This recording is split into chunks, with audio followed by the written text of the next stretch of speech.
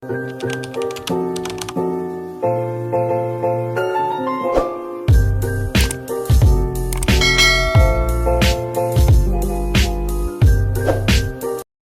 guys! So ayan, kumuha ako ng kamatis at saka siling mahaba kasi ilalagay ko to sa aking lulutuin na adobong sitaw. So ayan po, kasama ko yung pamangkin ko sa pamimitas ng mga ricados. Ayan po na yung nakuha. Tapos punta na tayo sa loob para islice na natin yung mga nakuha natin ng mga ricados na galing pa talaga sa aking garden. So ayan, fresh pa po yan.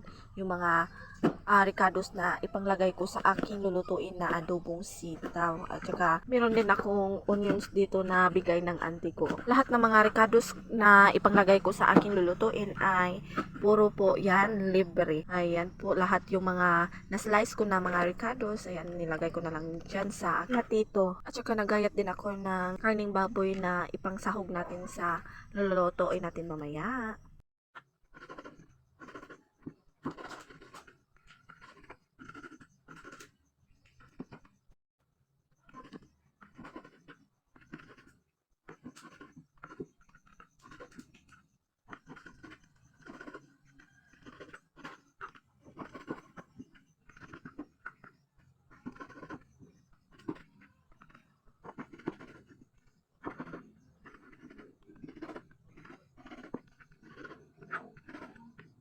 At dahil tapos na ako magayat ng karning baboy, ayan, piniprito ko na yung karning baboy at saka ako lalagyan ng mga ricados pag mag-brown-brown na po yung karne. So, ayan, nilagay ko na yung onions at iba pa ang mga ricados.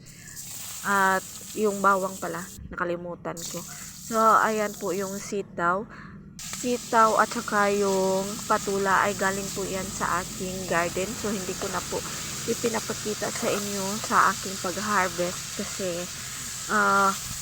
nagmamadali na po ako sa pag-harvest dahil maulan-ulan. So, ayan po yung niluto ko na adobong sitaw. Ayan, sobrang sarap na po yan. So, hindi ko na ipinapakita sa paglalagay ng mga pampalasa. So, ayan, malapit na po yan maluto.